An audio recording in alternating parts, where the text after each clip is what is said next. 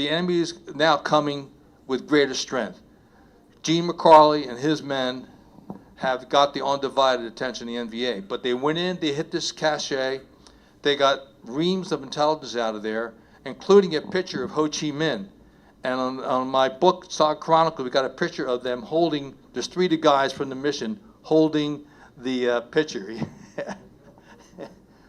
There's a little self-service here, but anyway, the museum is selling the books, and there's some out front, and we'll be glad to sign them for you.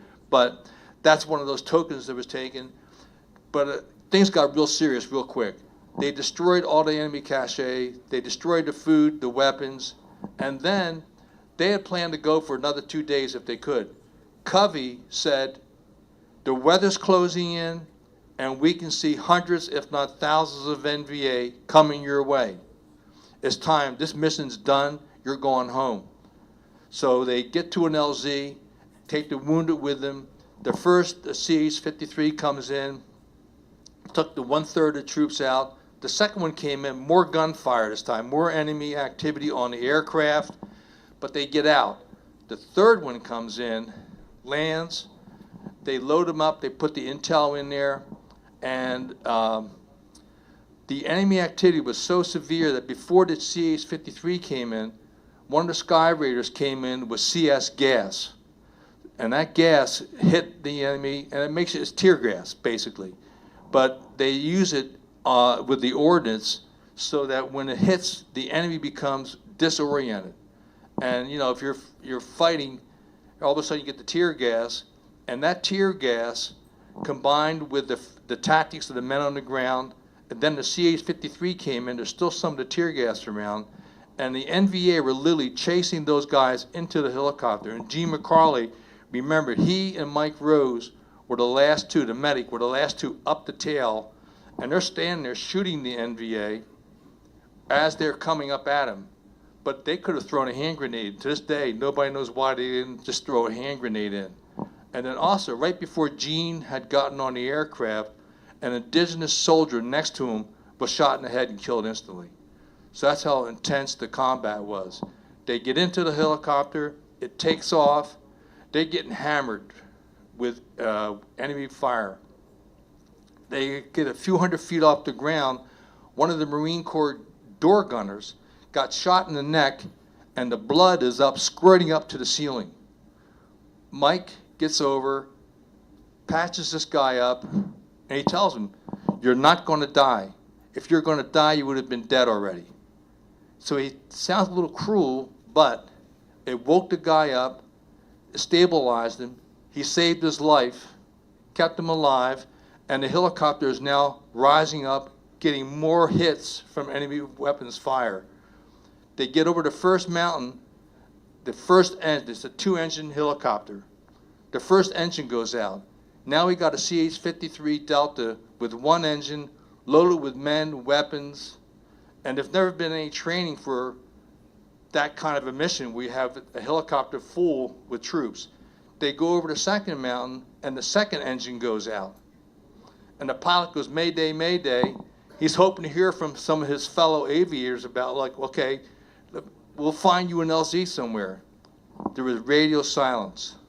The pilot just barely got over the mountain. He began to rotate. All the rotation is when the helicopter has enough wind to keep the propellers up so it won't crash. And so the energy, the wind, and the aircraft moving forward keep the aircraft moving as opposed to dropping out of the sky like a stone. The pilot saw a little small opening, but it had some water, and he knew that Mike had wounded people on board. He didn't want to land in the water, fearing they would drown. So there was next to it, there's like a little slanted area. He came in with that CH-53, landed hard, it rolled, and it landed with such impact that it ejected several of the people from the helicopter. The impact was so severe that Captain Gene McCarley's teeth were crushed. It took him over 2 years to get his teeth fully repaired after that crushing moment. Gene, Mike Rose, several others were ejected from the helicopter. Both of them were knocked unconscious. When they came up, regained consciousness, Gene McCarley had one of these really unique moments in time. Keep in mind, they'd just been in the jungle for 4 days. They crash landed.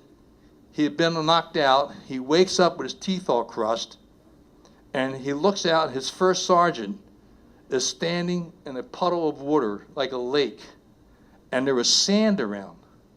And Gene goes, "What am I seeing?" He couldn't believe it. Here's Laos.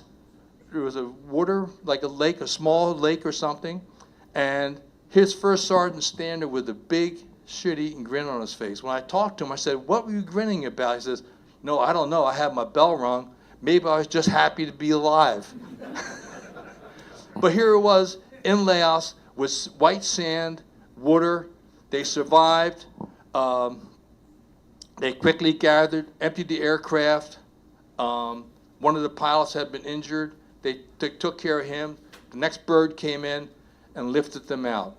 And like Mike Rose, I said, was the sole medic on that mission. He had his indigenous troop with him. And on last past October 23rd, he received the Medal of Honor at the White House. And some of us were there. Doc was there, and we were all there for that moment. The Troll, Spider, and a few others for that moment in time. Took a little while to get it, but he got it. He earned it the hard way.